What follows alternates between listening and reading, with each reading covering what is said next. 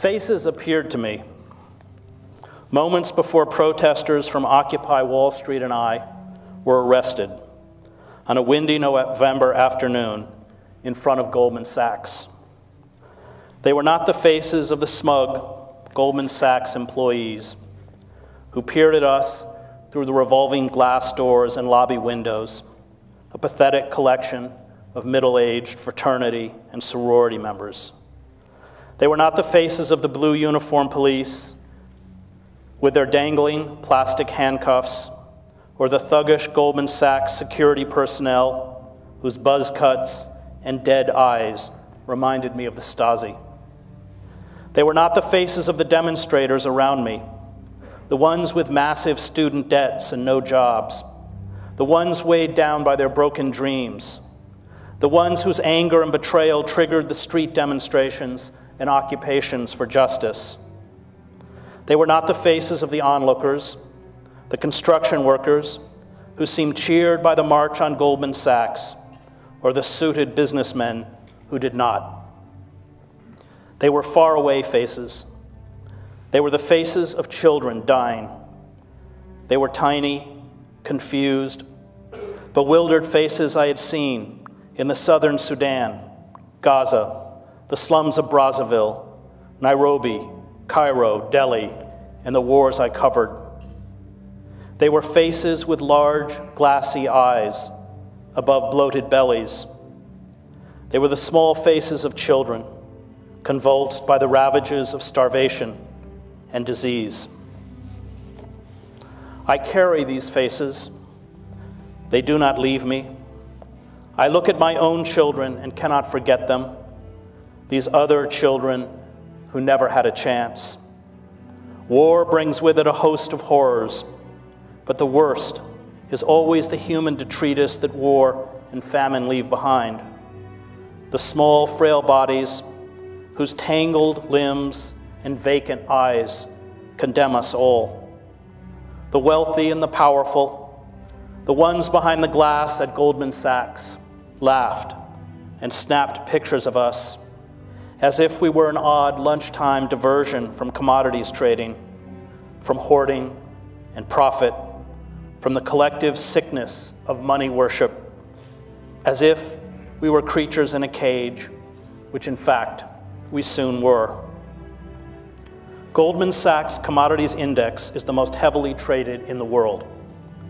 The financial firm hoards futures of rice, wheat, corn, sugar, and livestock, and jacks up commodity prices by as much as 200% on the global market, so that poor families can no longer afford basic staples and literally starve. Hundreds of millions of poor in Africa, Asia, the Middle East, and Latin America do not have enough to eat in order to feed this mania for profit. The technical jargon learned in business schools and on trading floors effectively masks the reality of what is happening: murder. The cold, neutral words of business and commerce are designed to make systems operate, even systems of death, with a ruthless efficiency. The people behind the windows and those of us with arms locked in a circle on the concrete outside did not speak the same language. Profit, trade, speculation, globalization, war, national security. These are the words they use to justify the snuffing out of tiny lives, acts of radical evil. The glass tower before us is filled with people carefully selected for the polish and self-assurance that comes with having been formed in institutions of privilege. Their primary attributes are a lack of consciousness, a penchant for deception, aggressiveness, a worship of money, and an incapacity for empathy or remorse. It is always the respectable classes, the polished Ivy League graduates, the prep school boys and girls who grew up in Greenwich, Connecticut, or Short Hills, New Jersey, who are the most susceptible to evil. To be intelligent, as many are, at least in a narrow, analytical way, is morally neutral. These respectable citizens are inculcated in their elitist ghettos with values and norms, including pious acts of charity used to justify their privilege, and a belief in the innate goodness of American power. They are trained to pay deference to systems of authority. They are taught to believe in their own goodness, unable to see or comprehend, and are perhaps indifferent to the cruelty inflicted on others by the exclusive systems they serve. And as norms change, as the world is steadily transformed by corporate forces into a small cobble of predators and a vast herd of human prey, these elites seamlessly replace one set of values with another. These elites obey the rules, they make the system work, and they are rewarded for this. In return, they do not question. We seem to have lost, at least until the advent of the Occupy Wall Street movement, not only all personal responsibility, but all capacity for personal judgment. Corporate culture absolves all of responsibility. This is part of its appeal. It relieves all from moral choice. There is an unequivocal acceptance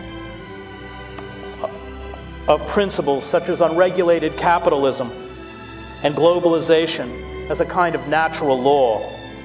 The steady march of corporate capitalism requires a passive acceptance of new laws and demolished regulations, of bailouts in the trillions of dollars, and the systematic looting of public funds, of lies and deceit. The corporate culture epitomized by Goldman Sachs has seeped into our classrooms, our newsrooms, our entertainment systems, and our consciousness. This corporate culture has stripped us of the right to express ourselves outside of the narrow confines of the established political order. We are forced to surrender our voice. Corporate culture serves a faceless system. It is, as Hannah Arendt wrote, the rule of nobody, and for this very reason, perhaps the least human and most cruel form of rulership. Those who resist, the doubters, outcasts, artists, renegades, skeptics, rebels, rarely come from the elite. They ask different questions.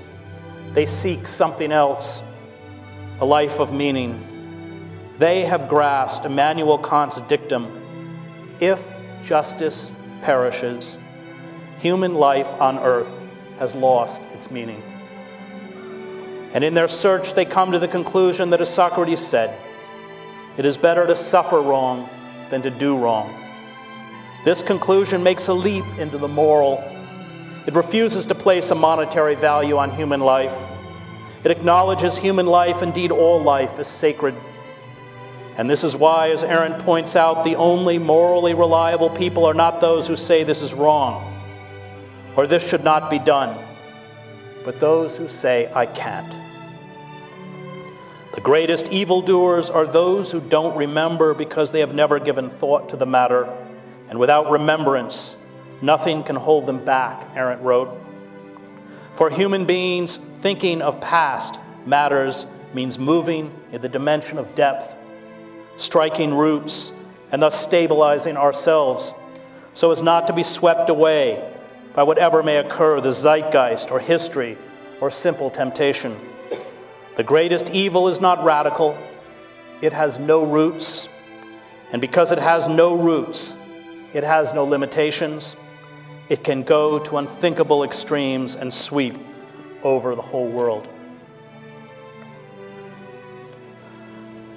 There are streaks in my lungs, traces of the tuberculosis I picked up around hundreds of dying Sudanese during the famine I covered as a foreign correspondent. I was strong and privileged and fought off the disease. They were not and did not. The bodies, most of them children, were dumped into hastily dug mass graves. The scars I carry within me are the whispers of these dead. They are the faint marks of those who never had a chance to become men or women, to fall in love and have children of their own. I carried these scars to the doors of Goldman Sachs. I placed myself at the feet of these commodity traders to call for justice because the dead and those dying in slums and refugee camps across the planet could not make the journey. I see their faces. They haunt me in the day and come to me in the dark. They force me to remember, and they make me choose sides. Thank you.